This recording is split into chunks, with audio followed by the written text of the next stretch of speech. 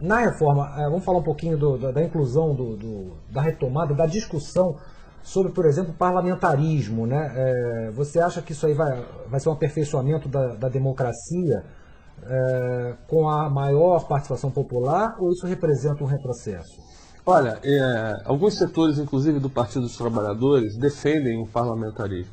E essa discussão veio à tona alguns meses atrás, e alguns setores do PSDB, inclusive, né, que tem lá no seu estatuto o parlamentarismo como horizonte, né, eles falaram, isso é golpe do atual governo.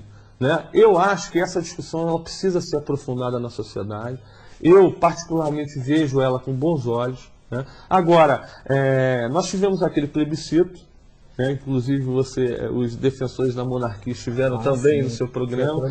Né? Mas vocês, inclusive, ali a gente viu que houve realmente um desequilíbrio muito grande na questão da informação para a opção que a população faria em seguida.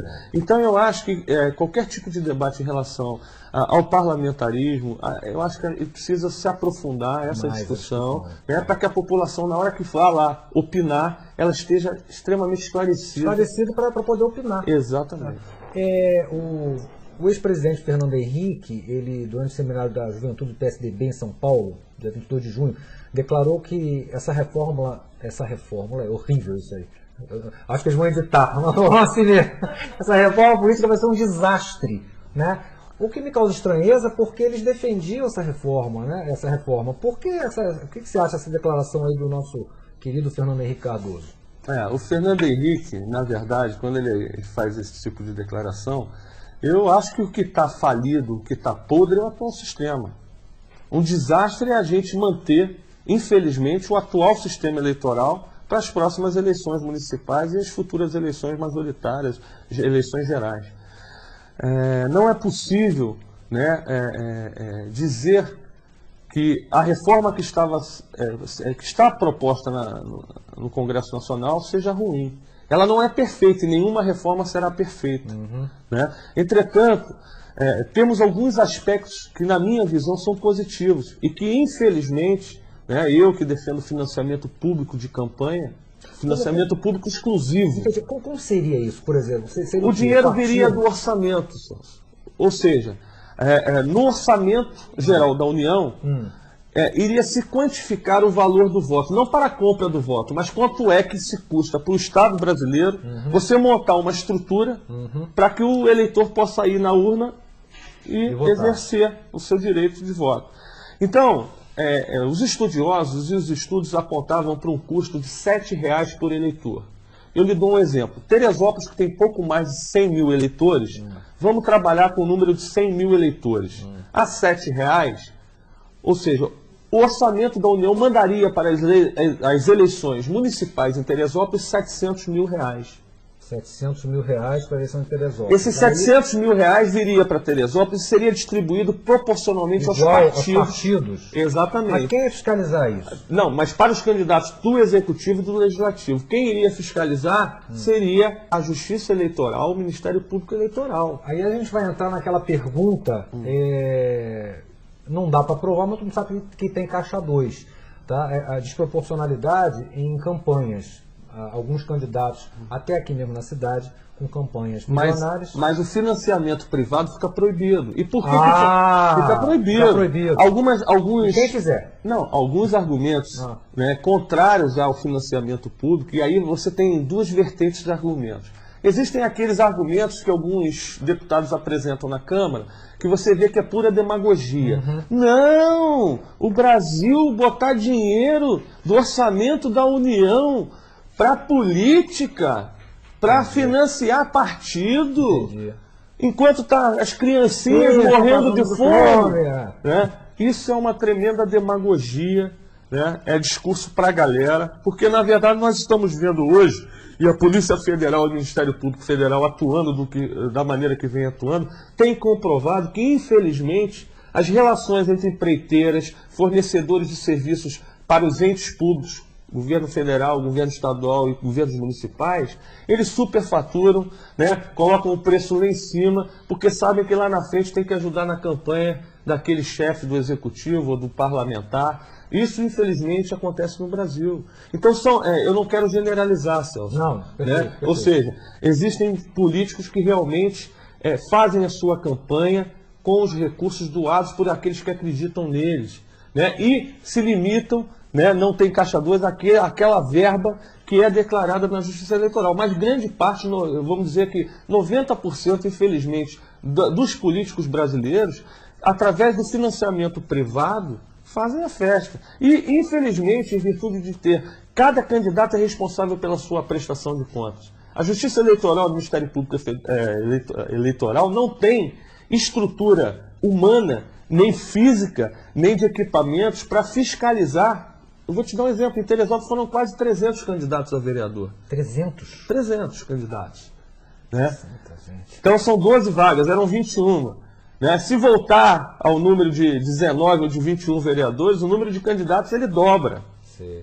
Né? Então o que acontece? É humanamente impossível dois promotores que atuam no município fiscalizar se a conta daquele candidato está certa. Tá certo. Agora, o financiamento público exclusivo, você, eleitor, e todos, a sociedade saberá quanto cada vereador tem para gastar na campanha, quanto cada candidato a prefeito tem para gastar na campanha. Então, por exemplo, para a Justiça Eleitoral, a primeira coisa que eu vejo positivo no financiamento público de campanha com a lista fechada, que é o grande bicho-papão dos atuais políticos, tem muito político que está aí com 4, 5 mandatos, que você falar em lista fechada com ele vai te detonar, ele vai partir para cima de você, vai querer brigar com você. Por quê?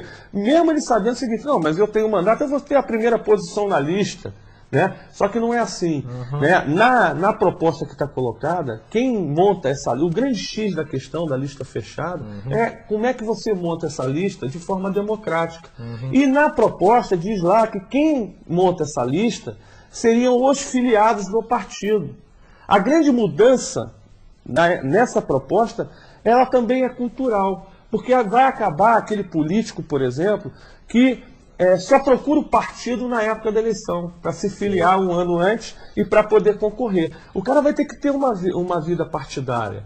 Os filiados vão opinar, não, eu quero o Celso como primeiro da lista, ou não, eu quero o Cláudio como segundo da lista. Entendi. Então isso é democrático. Agora, é uma mudança radical no atual sistema. E o financiamento público exclusivo, eu acho que facilita, como eu estava falando, para a Justiça Eleitoral, para o Ministério Público Eleitoral, porque também você acaba com a prestação de contas individual por candidato. Ou seja, o partido A é uma chapa de candidatos que você apresenta, que vão defender aquelas propostas. Exemplo, o Partido dos Trabalhadores defende o orçamento participativo. Os candidatos a vereador do PT também se comprometem a não empregar os parentes. Né? O caso do nepotismo, que aqui em Teresópolis a gente vê que graça, né? Na Câmara de Vereadores e na própria Executivo Municipal. Né? E aí a gente, cada chapa de cada partido defenderia propostas. Como candidato, como ex-candidato que fui, eu vi que a maior disputa, ela se dá, inclusive, dentro da nominata do próprio partido. E com esse novo regime, se tivesse sido aprovado, todos estariam trabalhando por aquelas propostas. O mandato não é mais da pessoa.